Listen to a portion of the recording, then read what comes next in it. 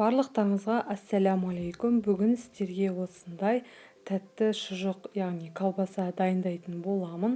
Менің YouTube каналыма тіркеліп қоюларыңызды сұраймын. Бізге қажет пищевая пленка, печенье, арахис, какао, сүт және ерітілген сармай және қантымыз қажет болады. Печеньемізді блендерімізден өткізіп аламыз. Одан кейін қантымыз бен сармайымызды жақсылап араластырып аламыз. Қантымыз ерігеннен кейін какаомызды салып, тағы да жақсылап араластырып алуымыз қажет.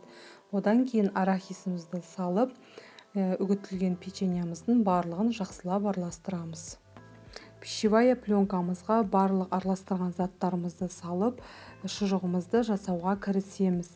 Шұжығымызды, яғни біз морозильникке 1-2 сағатқа қатырып қоюымыз қажет болады.